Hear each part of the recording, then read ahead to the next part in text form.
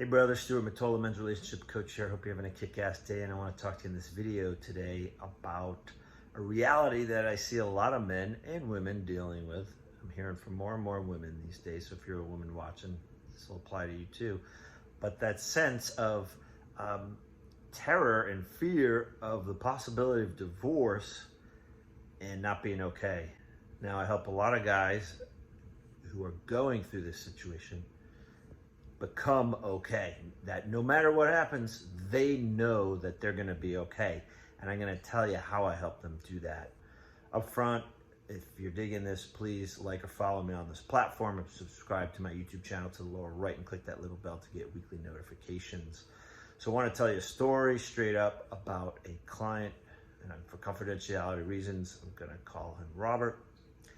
And Robert came to me like a lot of guys at the cusp of his marriage, that cusp, that edge, that place where things are not working, communication has broken down, resentments on both sides have built up. In his case, it was resentment about a lack of physical intimacy, sexual intimacy, a lack of feeling like he was accepted, appreciated, even seen by his wife, a sense that he was being denigrated in front of his children. She had actually called him an asshole right in front of his kid, and the kid was riding in the backseat of the car, and his jaw dropped, and he was like, what? Just stunned. And he tried to talk to her later about it, and she wouldn't have it. And so he was really down in the dumps and really scared about the possibility of divorce, losing access to his son. And what I found was that he was putting himself in a place where he was orienting off of her, and he was orienting off of other family members. He was terrified about speaking about his challenges with his family members, fearful that they would be judgmental, like, what, you're getting a divorce?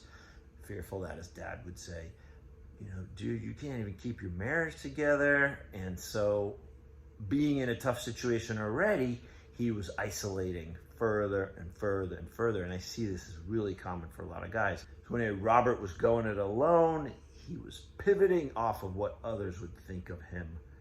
And he just felt, really in a disempowered place. So I have to ask you up front, are you feeling any of those symptoms? A sense of being alone, a sense of not having a few people to talk to have support, to feel resourced, to know what kind of action you need to take in that place of feeling weak, in that place of feeling like, oh my God, I'm gonna be fucked. My kids aren't gonna wanna talk to me. This thing's blowing up. I don't know what to do, okay? That's where Robert was at. We began working together, and within a month, he started learning a critical concept, and that was simply put, outcome independence, okay? So I'll tell you how that happened in action with him, where he was trying to assert himself about the state of his marriage, about the sense of his resentments, and underneath that, was a huge thing I teach, his unmet needs. So for example, the lack of physical sexual intimacy, a resentment about that was actually, a lot of times as guys we think it's just about sex. Well, it was about connection. It was about not feeling so alone in his marriage. So I helped him with a specific structure to communicate that. I call it the 4 steps. So his ability to flip what was just a resentment into an actual request, and coaching him to say, dude, the win is the assertion. It's not whether she does what you want her to do or not. It's your ability to speak and be heard. That's the win, okay, up front.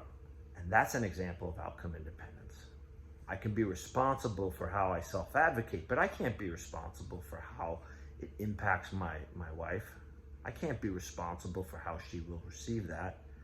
Now, I can set a strong structure and a strong boundary, say, hey, sweetie, this is my time to talk. I'm just asking you to reflect back what you heard. I don't want to argue. This is not about an argument. This is not about me being right. It's about what's going on in my heart, what I'm feeling. And I'm glad to give you time to express that as well, because I want to hear what's going on for you. And I want to be clear, it's not just about a trick or a tactic or a technique.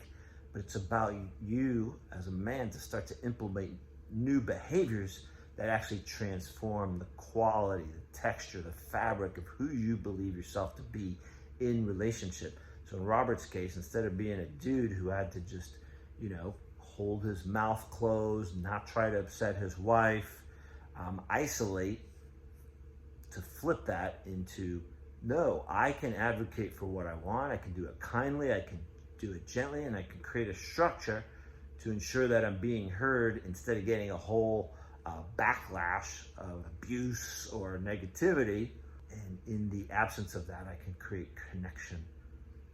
And so as he used those skills, he gained more and more confidence to go after what he wanted and to understand that he was free from this fear of everything blowing up on him. And he found himself achieving more and more freedom, which gave him more and more confidence, inner authority to see the different options between just save or leave his marriage. My last video, I talked a lot about those options. I'll leave a link to it below. Check it out. One of those options was explicitly to work on the marriage in an action-oriented outcome results manner, okay, with accountability and support. And check out that video if you want to learn more about that. But Robert's ability to go from feeling beat up, he's screwed, there's no way he can do anything about it, to, hey, I'm gonna be okay either way.